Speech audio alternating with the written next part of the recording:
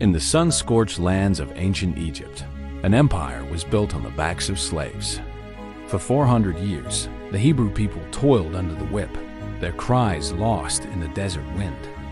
They erected colossal monuments to pharaohs who saw them as less than human. Amidst this despair, one man, raised as a prince yet born a slave, could no longer ignore the suffering of his people.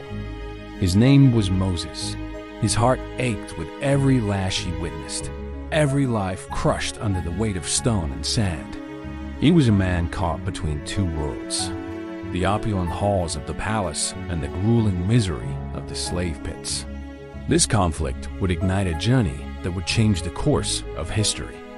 Fleeing his life of privilege after a fateful act of justice, Moses found solitude as a shepherd in the stark, wild beauty of the Midian desert. It was here, in the shadow of Mount Horeb, that his destiny called. An ordinary bush blazed with an extraordinary fire, burning but never consumed.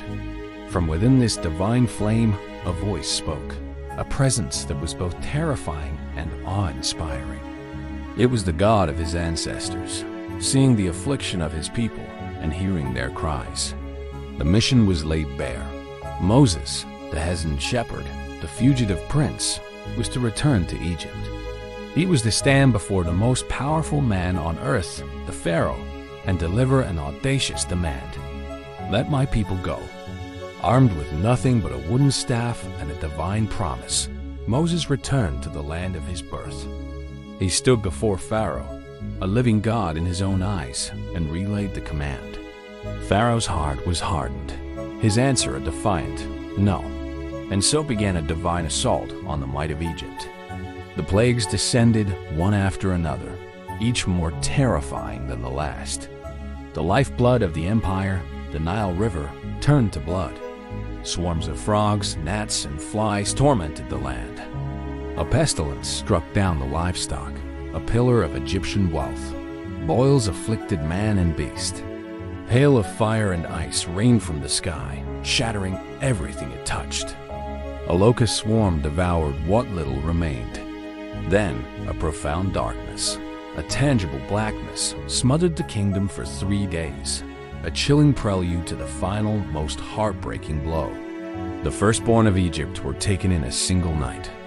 A great cry echoed through the land, a cry of loss that finally shattered Pharaoh's pride.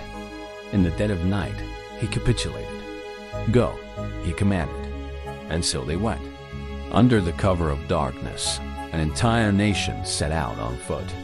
Hundreds of thousands of men, women, and children, carrying what little they could, their way lit by the flickering glow of torches. Their 4-century-long nightmare was over. The Exodus had begun, but freedom is rarely given so easily. As the Hebrews journeyed toward the wilderness, the Pharaoh's grief turned to rage. He had lost his slave force. His power had been humiliated. He marshaled his army, the pinnacle of military might, 600 of his finest chariots, a gleaming force of bronze and gold, thundering across the desert in pursuit. The ground trembled as the wheels churned up clouds of dust, a storm of vengeance racing to reclaim its prize.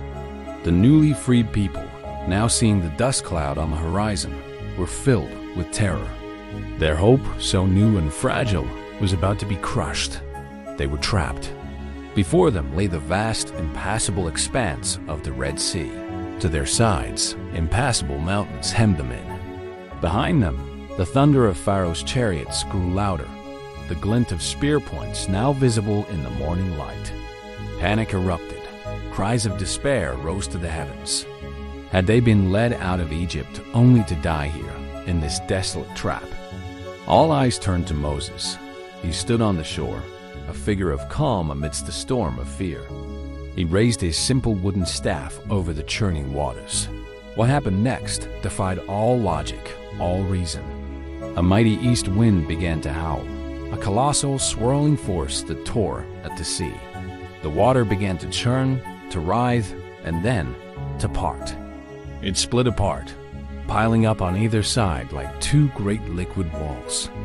The ocean floor was laid bare, a dry path stretching across the abyss. Within the translucent walls of water, the creatures of the deep swam suspended, silent witnesses to the impossible. With awe and trepidation, the Hebrews stepped onto the seabed. They walked between the towering walls of water, a nation on the move through the heart of the ocean. The path was real, the ground was dry. A sense of wonder replaced their fear as they journeyed toward the far shore, toward their salvation. Seeing the escape route, the Egyptians, blinded by their rage, did not hesitate. Pharaoh spurred his chariot forward, and his army plunged into the chasm behind the Israelites. The chariots, built for desert sands, bogged down in the wet seafloor. Confusion set in. Just as the last of the Hebrews set foot on the shores of Sinai, Moses, at God's command, stretched out his hand once more over the sea. The miracle reversed. The liquid walls lost their form. With a deafening roar, the waters collapsed. A massive churning wave of foam and fury crashed down upon the Egyptian army, swallowing the chariots, the horses, and the soldiers in a single devastating moment. The sea returned to its bed, and the might of Egypt was no more. As the sun began to set, casting a golden glow upon the waters, the shores of Sinai were quiet. The people stood in stunned silence, gazing at the sea that had been both their prison and their passage.